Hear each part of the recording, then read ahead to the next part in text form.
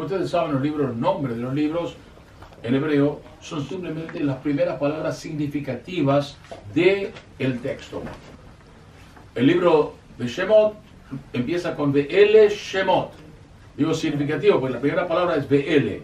Estas son, pero estas son es una palabra que no es significativa porque aparece muchas veces en la Biblia, pero Shemot es la palabra significativa. Por eso el libro se llama Shemot. El libro de Shemot, entonces vamos a llamarlo el libro de Shemot, es el segundo libro del Humash. Y es el libro donde empezamos a ver no ya más una familia, sino un pueblo. En este libro nace un pueblo. ¿Cómo una familia se vuelve en un pueblo? Es el proceso milagroso con el cual Hashem transforma y crea al pueblo de Israel. Nosotros tenemos que entender que todas las religiones de alguna forma tratan de crear un individuo correcto, un individuo que viva bien, él, con sus ideas, con su ética, con su moralidad. Pero la idea del pueblo de Israel es crear un pueblo, donde esto ocurre en un sentido de una nación que vive el ideal más alto, aunque no todos lo puedan hacer, pero todos lo vivimos. No lo dejamos solamente. Cualquier persona en el pueblo de Israel puede llegar a ser un santo. Nosotros no tenemos santos, pero cualquier persona del pueblo de Israel puede llegar a este nivel. Este es el secreto y esto es la grandeza de la idea del pueblo de Israel. Y el pueblo de Israel tiene una característica especial como pueblo. Y quiere decir que una persona santa tiene una santidad para él, pero el que no es santo, al lado del vecino, es totalmente diferente de él. En el pueblo de Israel no hay diferencia. El que no tiene la santidad hoy, admira al que tiene la santidad y cree que él un día puede llegar a ser santo también. La persona más ignorante puede pensar que un día él puede aprender y puede ser un sabio. Rabbi Akiva, recuerdan, era una persona que no tenía ningún conocimiento. La idea que él pudo ser Rabbi Akiva demuestra que no todas las personas, todo el pueblo de Israel tienen la capacidad espiritual de crecer, de avanzar intelectualmente y religiosamente. Este es el secreto del pueblo de Israel. Por eso que nosotros nunca tenemos diferencias. Cada persona puede ser un santo.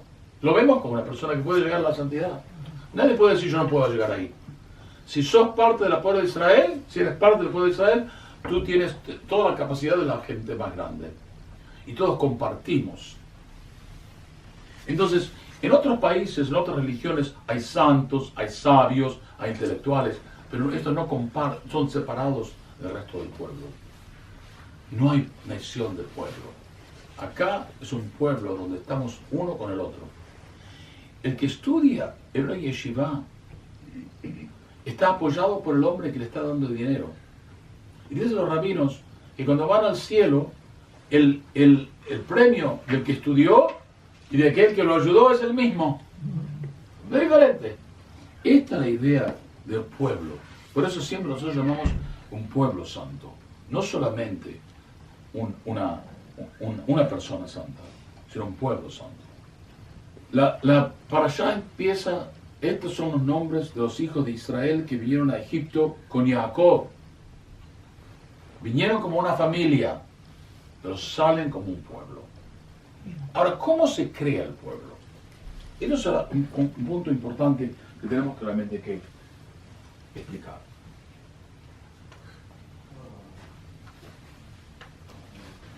El pueblo de Israel fue creado en un horno.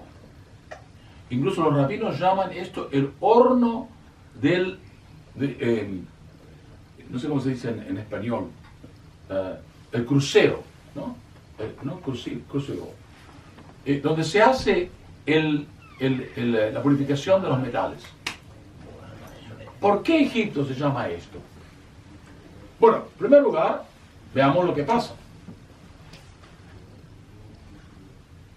Es un pueblo que nace en la esclavitud.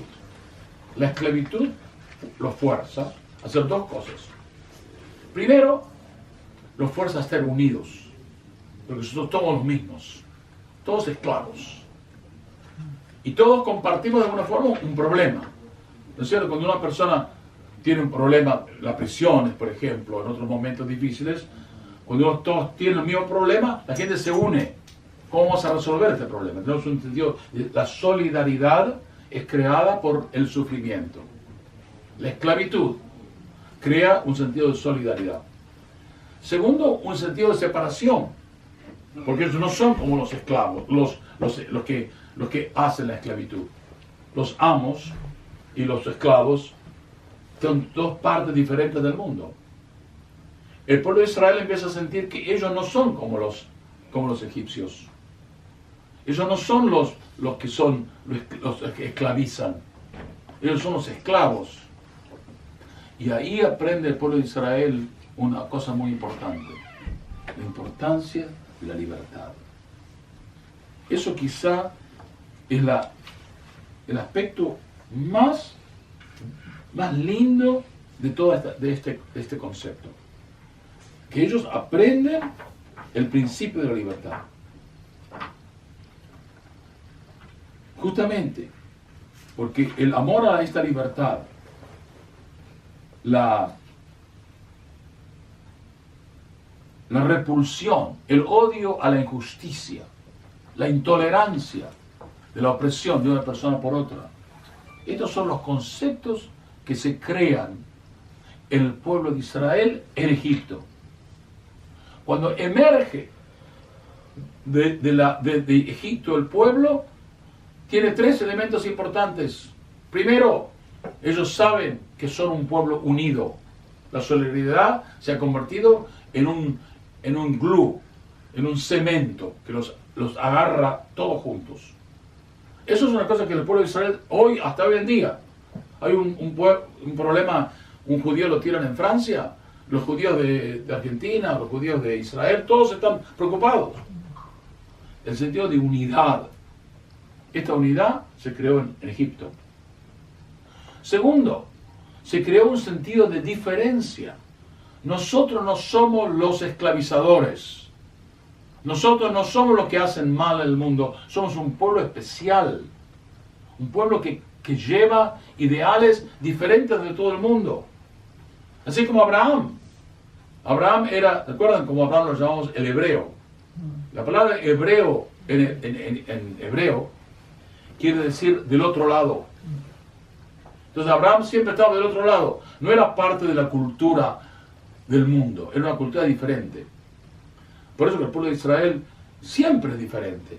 En cualquier parte del mundo donde van, el judío siempre es otra cosa. No es como nosotros. Es diferente.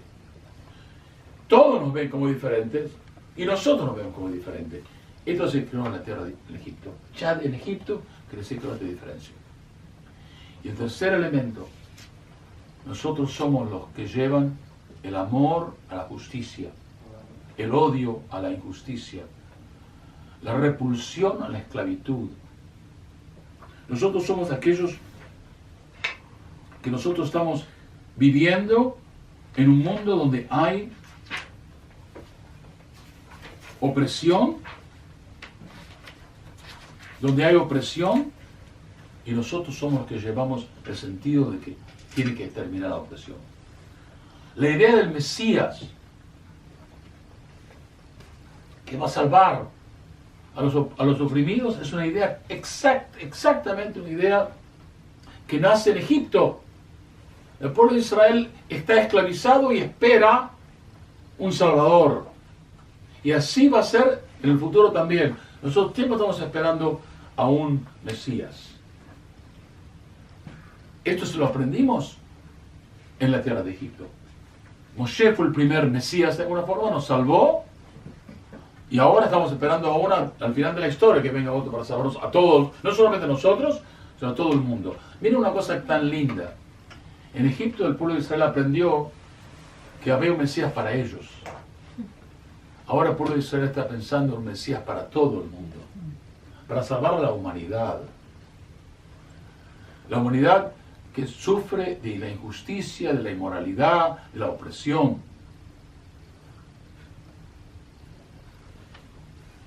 No hace mucho tiempo,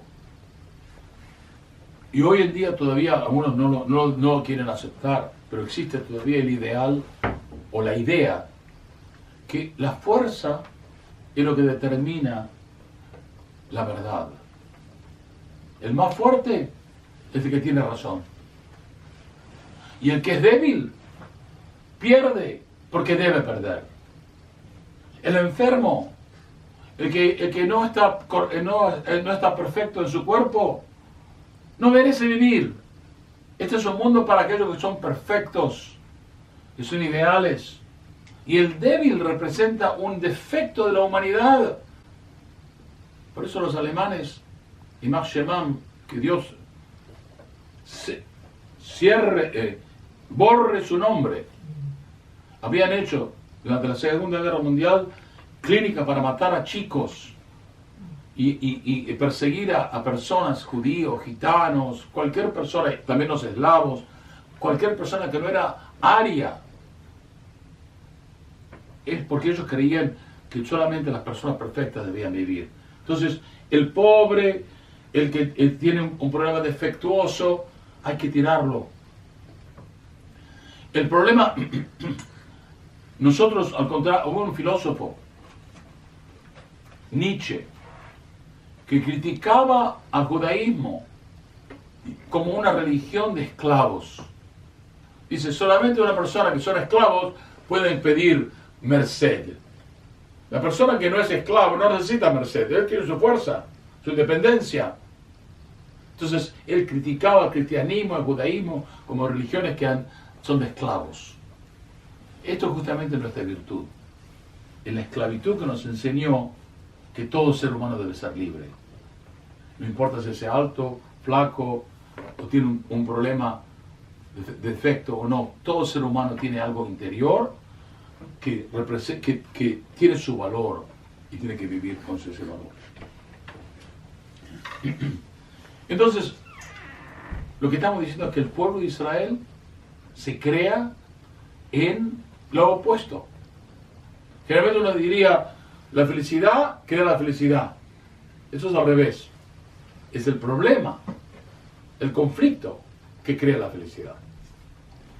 Yo creo que el pueblo de Israel nunca perdió la memoria de aquellos que lloraban, los que lloraban, que estaban agobiados por la esclavitud.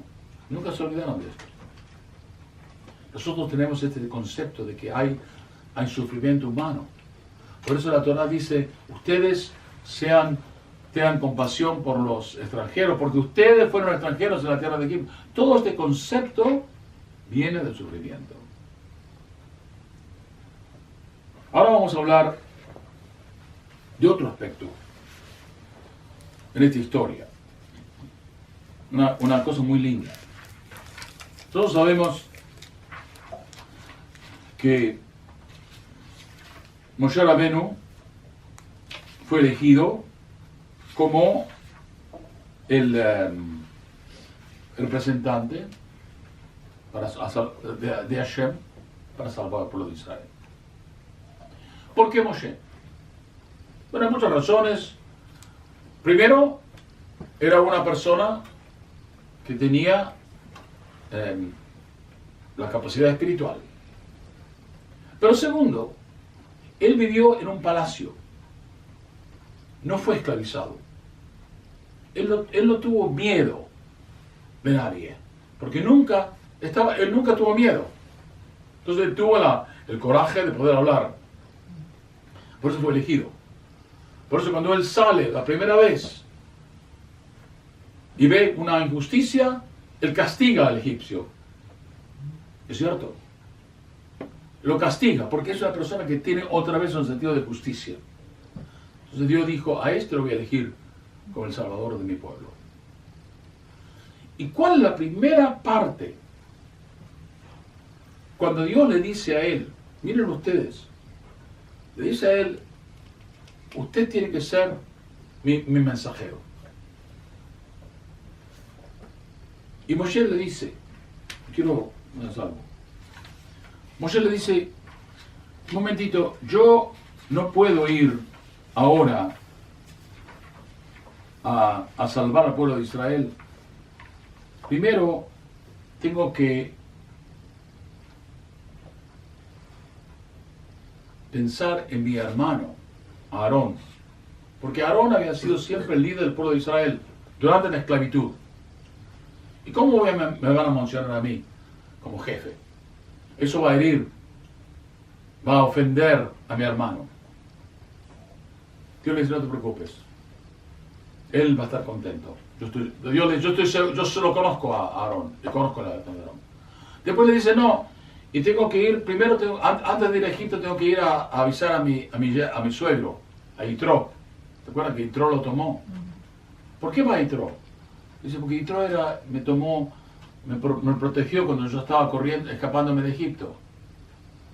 ¿Cómo? La salvación del pueblo de Israel está delante tuyo y vos tenés que ir a su suegro. Eso no tiene ningún valor.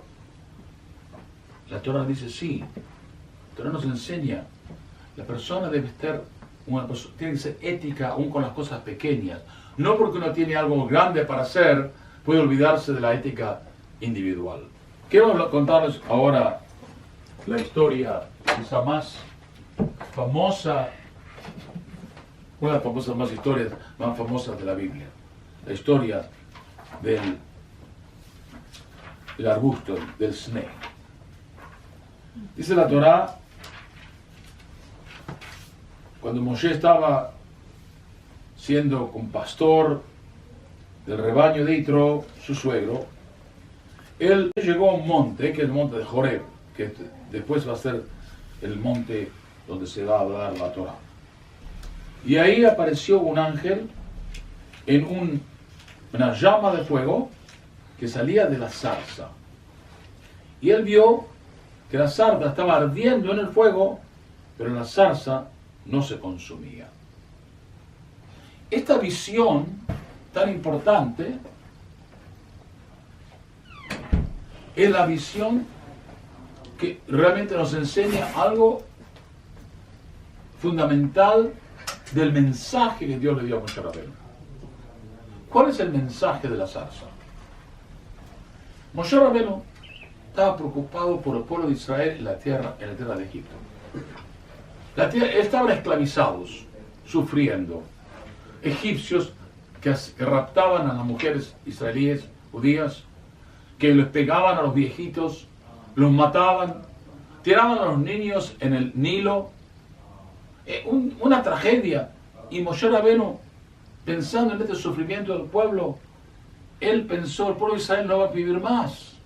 Eso se va a terminar. ¿Qué va a pasar con este pueblo? Un pueblo esclavizado, poco a poco perseguido. Un día se van a terminar, no va a haber nada más. Viene la zarza y le enseña, el fuego está, pero no se consume.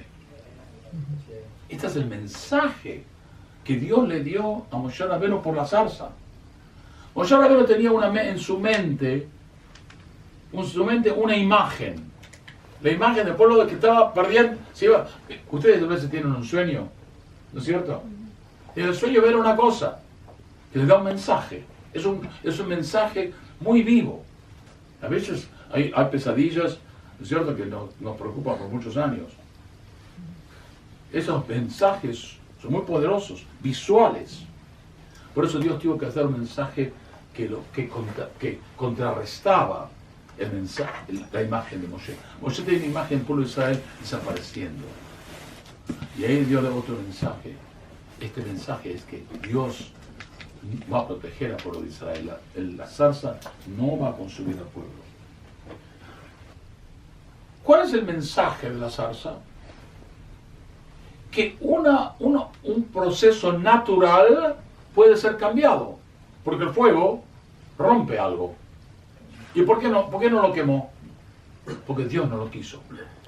Entonces Moshe empezó a pensar, si hay una fuerza más grande que la fuerza de naturaleza, es la fuerza de Hashem.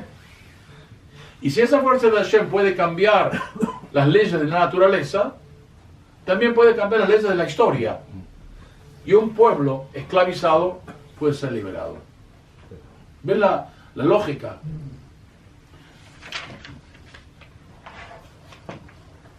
Y hay otro mensaje importante. Hablamos de dos mensajes hasta ahora. El mensaje que el pueblo de Israel no va a ser destruido, así como la zarza no se destruye, el pueblo de Israel no será destruido. El segundo mensaje, que así como Dios puede cambiar las leyes de la naturaleza en que el fuego no queme, así puede también cambiar las leyes de la historia, que un pueblo pequeño, disminuido, oprimido por un imperio muy fuerte, Dios puede cambiar eso, que también puede ser destruido. Y un tercer mensaje, muy lindo. Dios está hablándole de la zarza.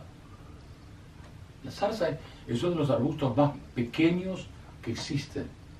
Más pequeños no existe, no hay. Está bajito.